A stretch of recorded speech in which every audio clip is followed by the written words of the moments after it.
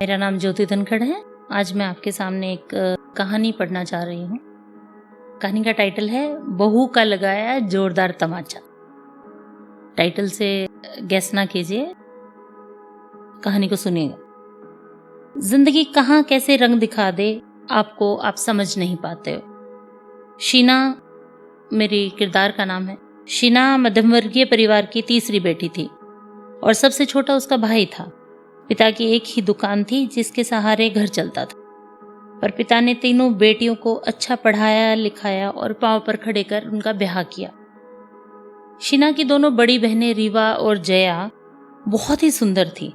माँ पे गई थी दोनों। शीना पापा की बेटी एकदम वैसी ही, दिखने में भी, शक्ल सूरत में भी और रंग सांवला, पर गुणों का खजाना थी वो लड़की और बहुत हाजिर जवाब। रीवा और जया के रिश्तों में कोई दिक्कत ना आई क्योंकि दोनों गोरी चिट्टी थी, पढ़ी लिखी थी। तुरंत उनका ब्याह हो गया। अब शीना का सांवला रंग आड़े आ रहा था और रिश्ता था कि होके ही नहीं दे रहा था। फिर एक दिन शीना की बुआ की बेटी ने एक रिश्ता बताया। लड़के की हार्डवेयर की दुकान थी, पर शीना के माँ पापा नौकरी वाला लड़का चाहते थे। पर हमारे समाज में सब मन से हो जाए ऐसा कहाँ हो पाता है। शीना के पिता ने शीना को बताया कि बेटा, कपिश नाम है लड़के का, कल आ रहे हैं तुम्हें देखने।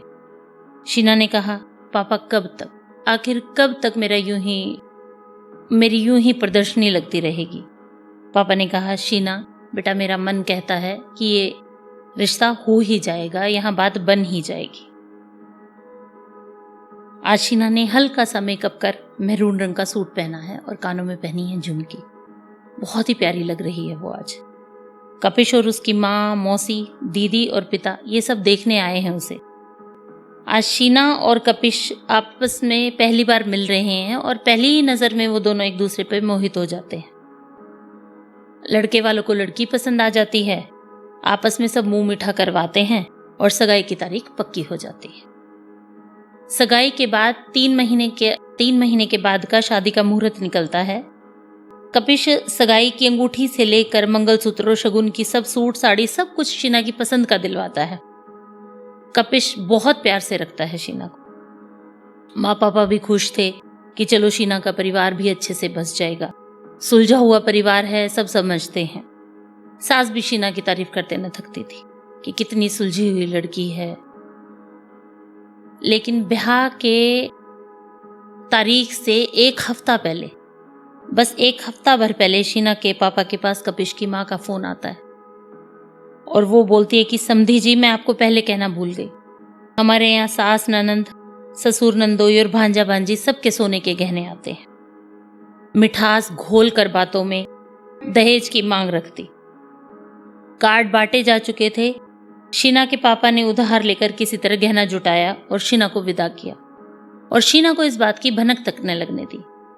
विदाई के बाद जब पगफेरे के लिए शीना आई तभी उसको ये बात पता चली। शीना को गुस्सा तो बहुत आया अपने पापा पर और कपिश की माँ पर भी, पर नए नए ब्याह में चुप्पी साधे रखने की शिक्षा उसको दे ही दी गई थी और शीना के दिमाग में ये बात घर कर गई।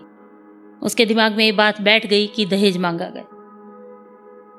शीना ससुराल में शांति से रहती, पर ना ज्यादा किसी से बात करती, ना किसी के पास बैठती, अपना काम करती और अपने कमरे में चली जाती। एक दिन उसकी सास ने कहा, अरे लड़की, तनिक बैठो तो हमारे संग। शीना बोली, माँ थोड़ी बिजी हूं, कहकर वहां से चली जाती है। कोई रिश्तेदार आए तो बस उनके पैर छुए, चाय नाश्ता दे, खाना पीना दे और अपने कमरे में जाए।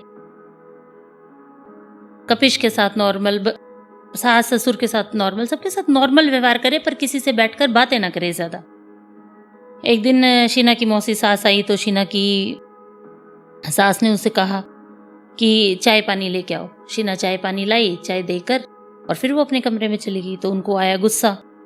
उन्होंने बोला कि क्या तुम्हारी माँ ने तुम्हें संस्कार नहीं दिए हैं? शीना ने हौले से जवाब दिया, माँ आपने गहने मांगे थे, संस्कार नहीं। फिर भी मैं आपकी बहुत इज्जत करती हूँ, पर लिहाज उसी दिन खत्म हो गया था जिस दिन आपने दहेज की मांग रखी थी। उसकी सास की सांसें अटकी रह गई। मुंह पर बिना किसी आवाज का जोरदार तमाचा जो जड़ दिया था बहू ने। दोस्तों, पैसे के चक्कर में, दिखावे के चक्कर में एक अच्छी बहू को खो बैठे कपिश के माँ बाप। अपने पिता को कर्जे के बोझ में दबा कौन बेटी देख सकती है। ये बिना आवाज का तमाचा शायद कपिश के परिवार की सोच को बदल दे और शायद हम जैसे किसी एक की सोच को बदल दे। शुक्रिया।